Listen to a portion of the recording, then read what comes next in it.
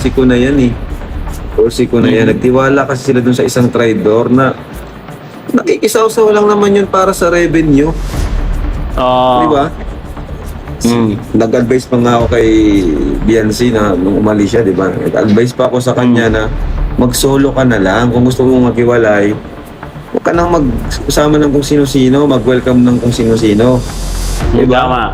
Mas okay yung solo ka na kagaya nila Rachel, di ba? Ni Rachel. Yo guys, magandang araw, magandang gabi mga kalingap. Eto na naman tayo guys, muling magbabalik si Papa Shider.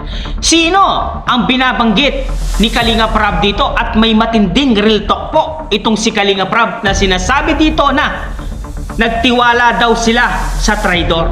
Aba, sino ang traidor na sinasabi ni Kalingap Rab? At sabi pa ni Kalingap Rab, baka sa uli daw ay sila pa ang babanatan nitong traidor na to. Etong video ito guys ay napanood ko kay Kuya July Paunil. Suportahan po natin Kuya July Paunil guys. Syempre panoorin natin. Syempre kung bago ka pa lamang sa ating YouTube channel guys, huwag kalimutan mag-like, mag-share, mag-subscribe, pahit ang notification bell button para updated kayo sa mga ilalabas natin reaction video mga kalingap. At syempre guys, huwag kalimutan suportahan ang Magamang Matubang, Kuya Bal Santos Matubang, at Ed na Vlogs, Kalingap Rab, Kalingap Team, syempre Kalingap Reactor, Papa Shider TV guys. No? Ito, matinding real talk to para kay Kalingap Rab, para ayun ito, para sa pamilyang Batalero to guys. Ito sinasabi ni at kay ko Dr. Lab, ito sinasabi ni Kalingap Rab. At panoorin na natin guys. Huwag na natin patagalin to. Let's go! Nagtiwala sila dun sa traidor na Forsiko na yan. Forsiko na yan. Nagtiwala kasi sila dun sa isang traidor na nakikisaw-saw lang naman yun para sa revenue. Ibang ano nun, promise, ibang motibo nun. Si Mr. Trust No One yun, di ba? Mas okay yung solo ka kagaya nila Rachel. Hindi ako magtataka, balang araw, pati si Biancy, banatan din niya. Usapan po natin sa ngayon ay yung reaction po ni Kalingap Rab dito nga po sa nangyayari ho sa dating beneficiary niya po dito sa Ex-Angel, na kung saan sinasabi ni Kalingap Rab may mga paalala siya noon pa na kung saan ngayon po ay nangyayari na. Sino nga ba ang kanyang tinutukoy?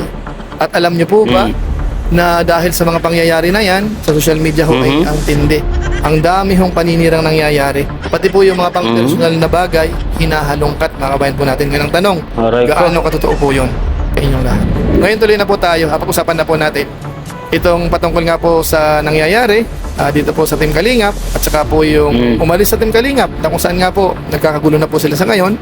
At alam natin ho yung mga nangyayari na sumasakay po yung mga anti-Kalingap, nagiging kaibigan ho ng Ex-Angel, tapos bandang huli yung beneficiary po ng Team Kalingap ang masisira, mga kabayan po natin. Totoo yan. So sa pagkakataon pong ito si Kalingap Rab ho ay nagkaroon po ng reaksyon patungkol po dito na sinasabi niya noon pa man nagpaalala po siya sa Ex-Angel, lalo na po doon sa tao na kilala ni Kalingap Rab na talagang matinding manira sa Kalingap, yung number one ho na antay, na laging topic ang Kalingap at puro pangangatwiran po ang ginagawa. At ngayon nga po, sinampahan na po ng kaso yan, mga kabayan po natin. Pero ang sabi po ng Kalingap Rab dito, parang na-force niya na noon pa man na huwag magtitiwala kasi traitor yan. Siguro po panoorin po natin yung statement po ni Kalingap Rab patungkol po sa bagay na yan. Okay. Mawawala ng Team Guapa. Oh, mawawala daw Team Guapa? Totoo ba yun? Dok, ano nangyari Dok sa Team Guapa mo?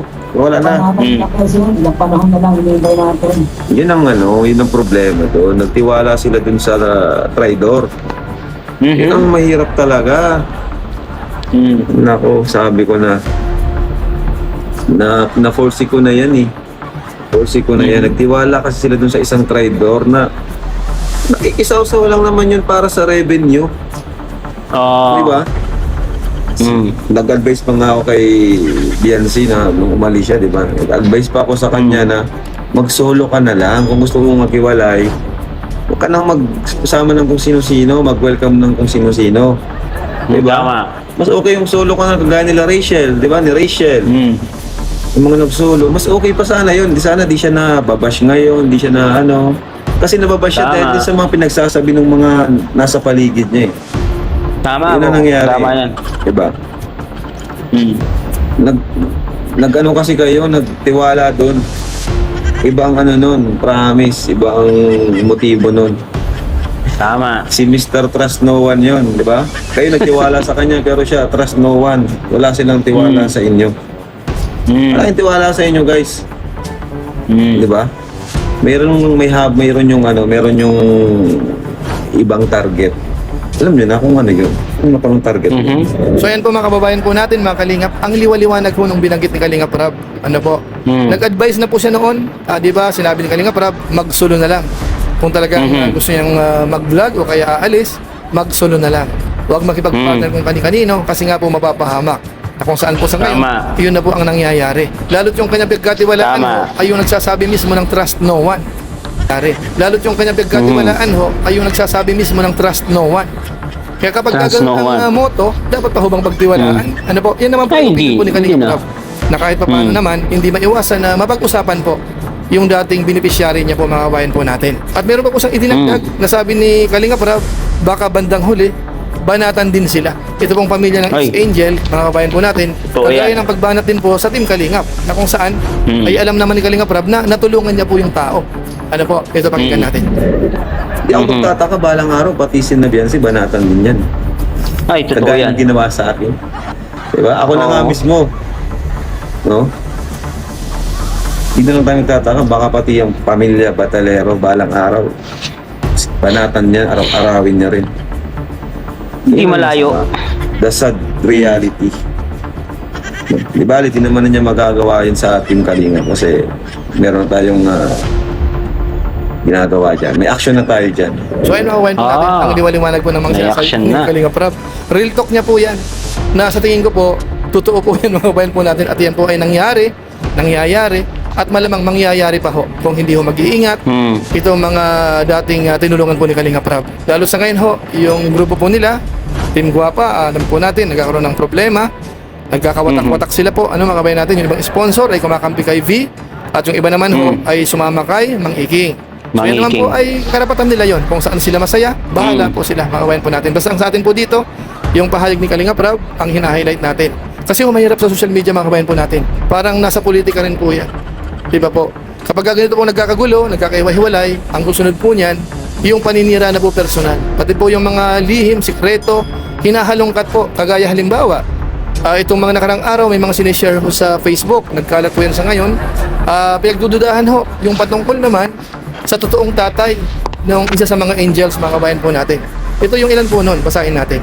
Sabi dito, what if nalaman mo na hindi ka pala anak ng ama mo? Ano kaya mararamdaman kung ito ay pupukol sa social media? Sa pagkakaalam mo sa sarili mo, siya ang ama mo. Pero sa likod ng kasinungalingan, hindi mo siya ama. Tapos bukod po dyan, marami pa po. At yung ibang post po dyan, may mga pangalan na nga po, mga bayan po natin. So, yan po ang mahirap po sa social media. Bagamat ito po ay nabanggit ko na ito, bago pa man po sila nahiwalay, na sa social media, kapag nag-focus tayo dyan, pati po yung mga sikreto o kaya kasinungalingan, ipupukol sa atin, kabay natin. Yung patungkol po sa post na yan, ayaw ko hong maniwala hanggat walang matibay na proof. Ano po? Kasi pwede naman po sa panahon ngayon Kapag ako siguro may DNA, doon ako maniniwala, doon sa nag-aakusa. Kasi kung Ay nako. At yun nga guys, narinig natin itong si Kuya July Paunil sa mga kanyang opinion. Siyempre, lahat na sinabi ni Kuya July Paunil ay tamang-tama sa aking panlasa. Templadong-templado talaga ang mga sinabi ni Kuya July Paunil. Kaya nga siya ang #1 reactor ng Kalingap. Nakita nyo. Eto nga, dito tayo mag-focus tayo dito sa sinabi ni Kalingap Rab na ba't kayo nagtiwala dyan sa Trans No One na yan? Siya mismo daw ay hindi katiwa-tiwala itong si Ngipin, no? Kasi nga, nag-traitor nga itong si Ngipin. Diba? Nag-traitor itong si Ngipin kay Kalingap Rab at sa buong Kalingap. Tapos, itong pamilya Batalero, nagtiwala sila. At si Mang Iking nagtiwala din. Ngayon, trinaydor. Si Mang Iking, linaglag si Mang Iking, di ba? Kaya ito ang sinasabi nila, bandang huli. Bandang huli talaga. Itong si Ngipin ay babanatan din ang pamilya Batalero. Maniwala kayo dyan guys. Kapag hindi na sila nagkasundo-sundo, aaraw-arawin yan ni Ngipin. Ay, traidor talaga itong Ngipin na to, guys. Totoo ang sinabi ni Kuya July Paunil at ni Kalinga Prab dito. Kasi hindi natin talagang pagkakatiwalaan itong taong ito. Itsura pa lang ng taong to, hindi pagkakatiwalaan, guys, no? May pagka-traidor po talaga siya. Kasi 2 beses na yan, no? Traidor kay Kalinga Prab, traidor kay Kuya Bal Santos Matubang, traidor niya yung si Mang Iking, di ba? Linaglag niya. Tapos ngayon, bandang uli, magtatraidor din yan sa pamilya Batalero. Eh, hindi malayong malayo yan. Kaya sabi ni Kalinga Prab, noon pa, nag-ano na si Kalinga Prab sa inyo. Nagsabi na si Kalinga Prab sa inyo noon na sinabi niya na, Doc Lab, Biancy, mag-solo ka na lang, 'di ba? Sinabi niya dati 'yon, 'di ba? Hindi pagkakatiwalaan 'yan si Ngipin. 'Yun ang sinabi ni Kalinga Prab. O ngayon, hindi kayo naniwala kay Kalinga Prab. O ngayon, anong nangyari ngayon? Linaglag kayo. Ngayon, nagkakalaglagan na kayong lahat. O, pati sponsor, kung sino man yung punot dulo ng kaguluhan nito, nagkakalaglagan na. Pati yung mga sponsor na ni Bianby, nagkakalaglagan na po. Oh, 'di ba tama? Tama lahat ng sinabi ni Kalinga Prab dito na hindi pagkakatiwalaan itong si Ngipin. Ay, grabe. Kahit naman ako sa dating ni Ngipin, hindi talaga pagkakatiwalaan 'yan. Oo. Pansin na pansin ko, 'di ba? Kumukuha lang siya ng sponsor, kumukuha lang ng kumukuha lang ng mga impormasyon niyan sa pamilya Batalero kaya lumapit itong si Ngipin sa kanila. 'Di ba? Ay, style ni Ngipin, bulok na. Ngipin, bulok na yung ngipin mo, ha? Bulok yung style mo. Matagal na nang alam ng kalingap yan, mga estilo mong yan.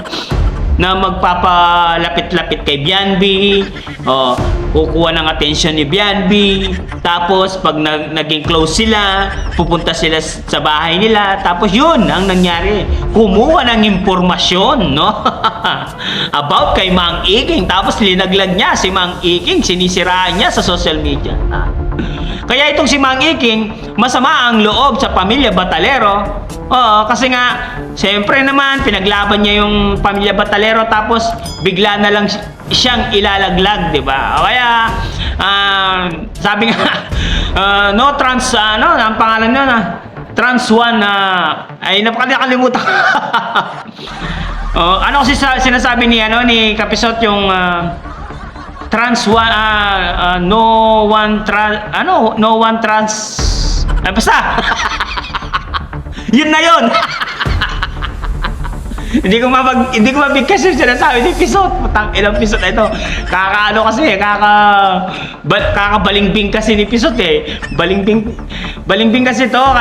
Kung saan nakikinabang, doon lang siya. Yun ang ugali ni Pisot. Oy, Pisot! Magbago ka na. Marami nang galit sa'yo. Balita ko, patong-patong yung kinaso ni Kalinga Prab sa'yo. Tinulungan siya ng cybercrime. Aray ko, noong 1 taon, pati yung mga banat mo ng 1 taon, kasama yon, no?